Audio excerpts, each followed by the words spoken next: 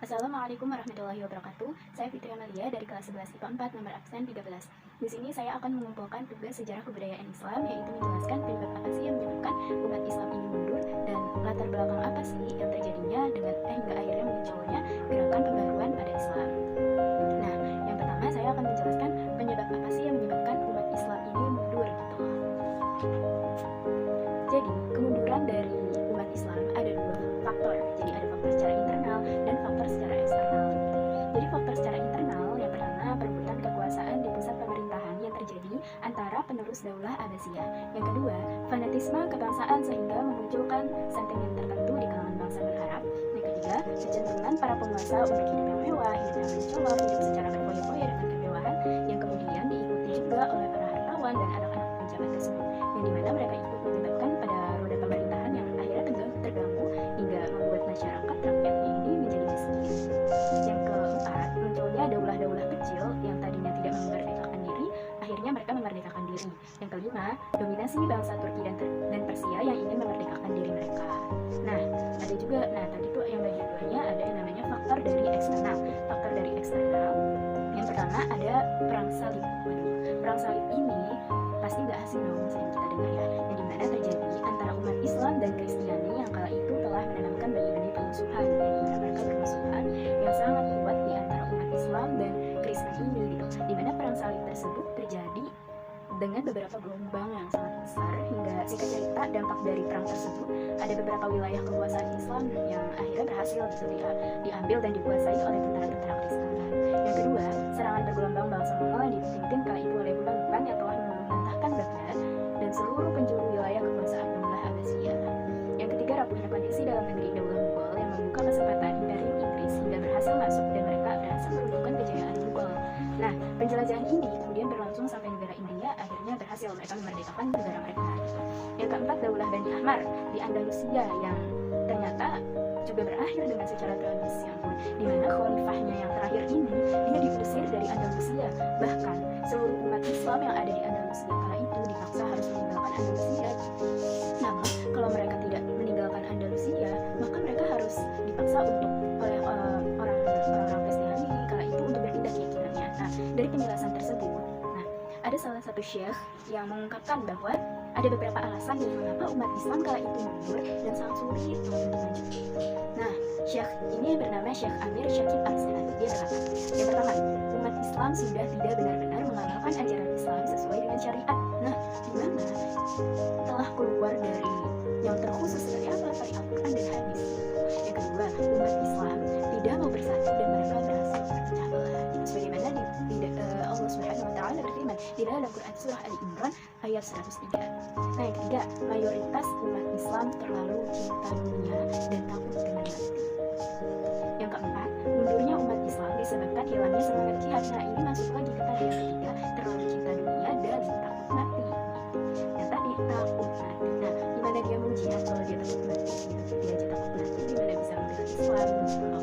Nah, itulah penyebab dimana umat Islam akhirnya mundur gitu. Nah, selanjutnya nih ke bagian 2 yang tadi saya jelaskan, yang udah saya bilang bahwa saya akan menjelaskan tentang latar belakang dari munculnya gerakan pembaharuan pada Islam.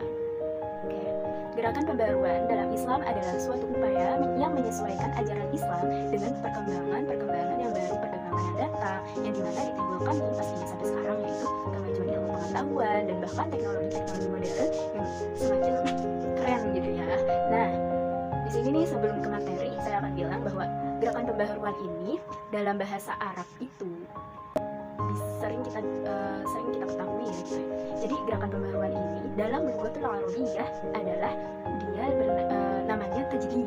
Nah, tajdid atau pembaharuan gitu atau apa ya, memulai yang baru, nah pokoknya seperti itu. Nah, itu jadi dalam bahasa Arab adalah tajdid gitu.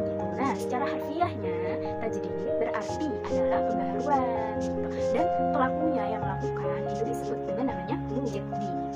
Gerakan pembaruan dalam Islam ini ada beberapa pakar yang disebut juga dengan gerakan modernisasi atau gerakan reformasi gitu.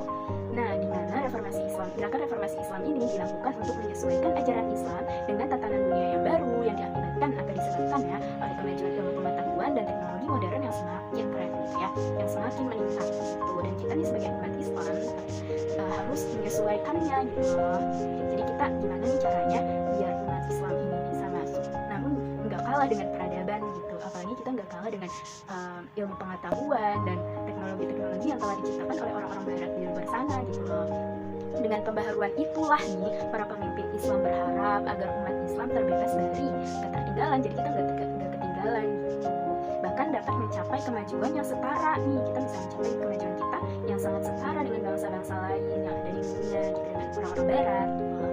Nah, terus dengan banyaknya pelajaran berharga nih kala itu pas tadi penyebab kemundurannya ini, umat Islam akhirnya dari pengaruh dan tekanan peradaban Barat yang sedemikian majunya itu gitu, umat Islam akhirnya sadar dan muncul nih gerakan-gerakan yang berusaha untuk mewujudkan peradaban modern. Dengan apa? Dengan meninjau kembali ajaran Islam, memunculkan pembaruan-pembaruan dalam segi keagamaan, semangat umat Islam dalam berkorban mengorbankan semua kebangsaan Islam yang pernah maju, pernah jaya kala itu, dan kita mulai bangkit lagi gitu. Nah, kebangkitan Islam nih, kebangkitan Islam itu apa sih? Jadi kebangkitan Islam adalah kristalisasi kesadaran keimanan dalam membangun tatanan seluruh aspek kehidupan yang sesuai dengan prinsip Islam. Maksudnya kewajiban bagi umat Islam untuk mewujudkan dengan melalui gerakan-gerakan seperti apa gitu di bidang politik, ada di bidang ekonomi, sosial, dan di bidang budaya.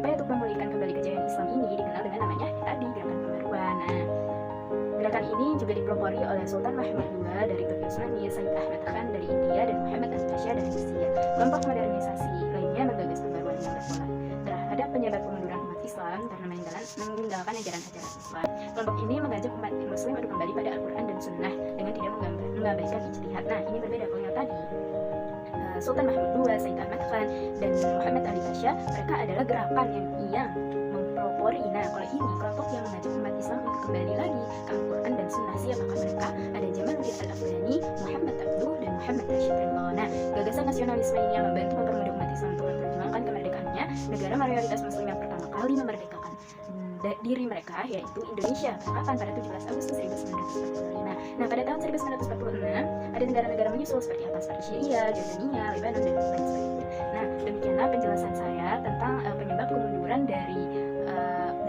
umat Islam dan latar belakang dari munculnya gerakan pembaruan dalam Islam. Kurang lebihnya mohon maaf apabila ada kekurangan kata yang kurang berkenan atau